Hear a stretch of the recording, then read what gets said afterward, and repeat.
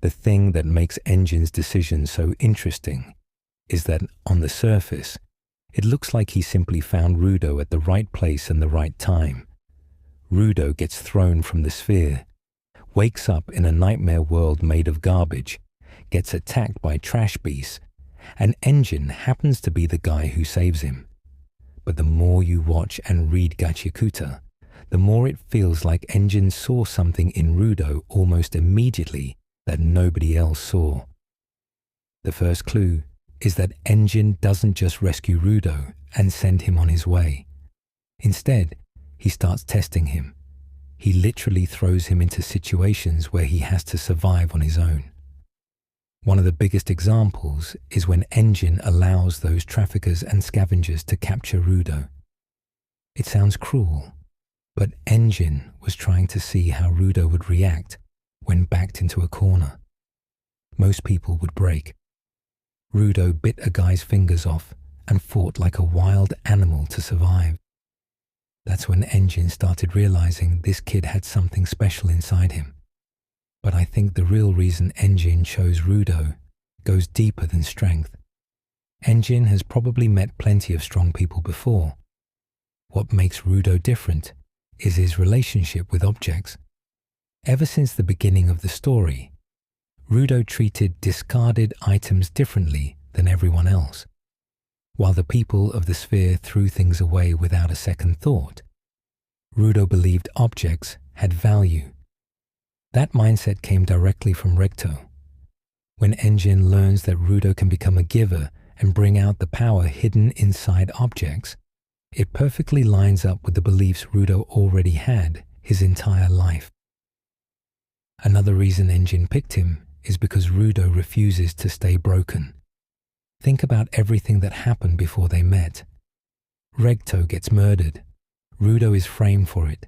His entire community turns on him. Even Chiwa betrays him right before he's thrown into the pit. Most people would have completely given up after that. Instead, Rudo lands in the ground angry, determined, and obsessed with finding a way back. Enjin saw a kid who had every reason to quit and still kept moving forward. That's exactly the kind of person the cleaners need. What's really interesting is how Enjin's attitude changes over time. Early on, he seems amused by Rudo more than anything. He watches him struggle, teases him, and acts like he's studying some weird animal.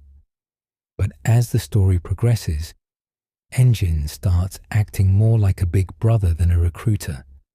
He gives Rudo advice, helps him understand his powers, comforts him after failures, and becomes one of the first people Rudo genuinely trusts after losing Recto. I also think Enjin understands that Rudo has the potential to change the entire world. Most people in Gachiakuta accept the system as it is. The sphere dumps its trash. The ground survives beneath it.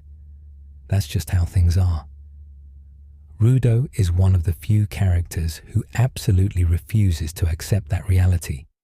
From the moment he swears revenge while falling into the pit, he's been challenging the entire structure of the world. Enjin may not know exactly how Rudo will do it, but he clearly recognizes that Rudo is connected to something much bigger than an ordinary giver. So when people ask why Enjin chose Rudo, I don't think the answer is simply because Rudo was strong or because he had giver potential. The real reason is that Rudo represents everything Enjin values. He respects objects. He refuses to surrender. He questions the system. He keeps moving forward no matter how much pain gets thrown at him. Enjin saw a kid standing alone against an entire world and thought, yeah, that's someone worth betting on. And so far, that bet looks like one of the smartest decisions anybody has made in Gachiakuta. One thing that stands out about Enjin is that he never tries to turn Rudo into a completely different person. A lot of mentors in anime see potential in somebody and immediately start trying to mold them into their ideal student. Enjin doesn't really do that. He lets Rudo stay angry, He lets him be reckless. He lets him make mistakes. That tells me Enjin wasn't choosing Rudo because he wanted another cleaner. He was choosing Rudo because he believed Rudo's existing personality was exactly what made him valuable. You can see this during Rudo's earliest days with the cleaners. Most newcomers would probably spend months trying to fit in and earn everyone's approval. Rudo does the exact opposite. He's constantly questioning things.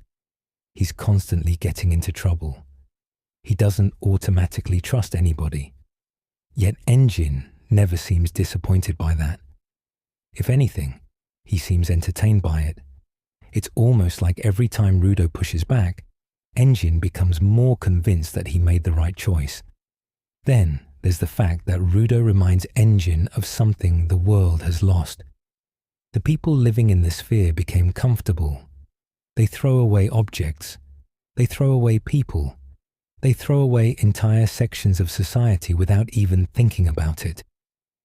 Rudo grew up seeing the consequences of that mindset. Because of that, he notices things other people ignore. Enjin understands how rare that perspective is. Another thing people overlook is how quickly Rudo starts affecting the people around him. Even when he's making mistakes, people react to him. Enjin notices this almost immediately. The other cleaners don't just see another recruit. They start paying attention whenever Rudo is involved because something always seems to happen around him. Great leaders often recognize potential before everyone else does, and Enjin may have realized that Rudo naturally draws people toward him. A huge example comes from Rudo's refusal to accept the answers he's given. Most people in the ground accept the world as it is because that's all they've ever known. Rudo arrives and immediately starts asking questions. Why does the sphere exist? Who killed Regto? Why are things this way? How can he get back? That curiosity might seem reckless, but it's also what pushes the story forward. Enjin probably understood that real change only happens when somebody refuses to accept the status quo. There's also a symbolic side to all of this. Rudo was literally thrown away by society. That's what makes his relationship with the cleaners so powerful. The entire organization exists to deal with things that have been discarded. Enjin choosing Rudo isn't just about recruiting a talented fighter. It's almost like he's proving a point. The world called this kid trash. Enjin looked at him and saw value. When you think about Regto's influence, the decision makes even more sense. Regto taught Rudo that objects have meaning because people leave pieces of themselves behind in them. That lesson becomes one of the most important themes in the entire series. Rudo understands things that other givers don't because he already believed those ideas before he ever awakened his abilities. Enjin recognizes that connection and realizes Rudo's powers aren't just abilities. They're tied directly to who he is as a person.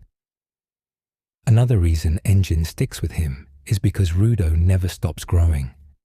Some characters hit a wall and stay there for long periods of time. Rudo constantly learns something new. Sometimes it's a new way to use his abilities. Sometimes it's a new understanding of the world. Sometimes it's an emotional lesson. Every challenge changes him. For someone like Enjin, that's probably exciting to watch, because it means Rudo's ceiling is still unknown. What's funny is that Enjin himself doesn't seem like somebody who blindly follows rules. He has this laid-back personality, but underneath that is someone who clearly questions things. That's probably another reason he gets along with Rudo.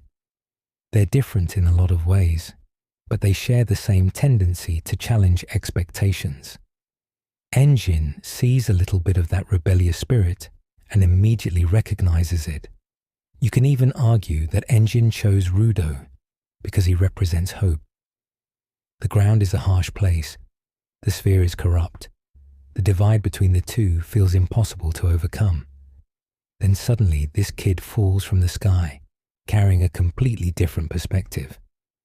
Whether Enjin realized it consciously or not, Rudo represented the possibility that things didn't have to stay the way they were.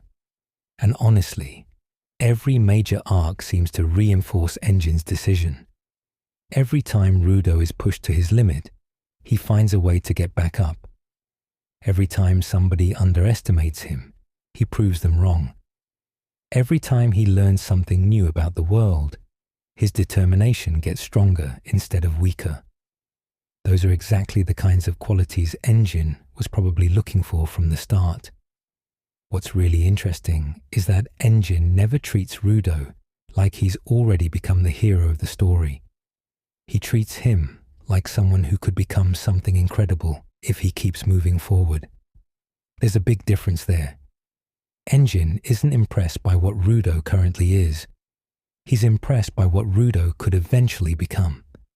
And that's why I think the real reason Enjin chose Rudo isn't because of one moment, one fight, or one special ability. It was because Enjin saw a person who'd been discarded by the world and still refused to stay down.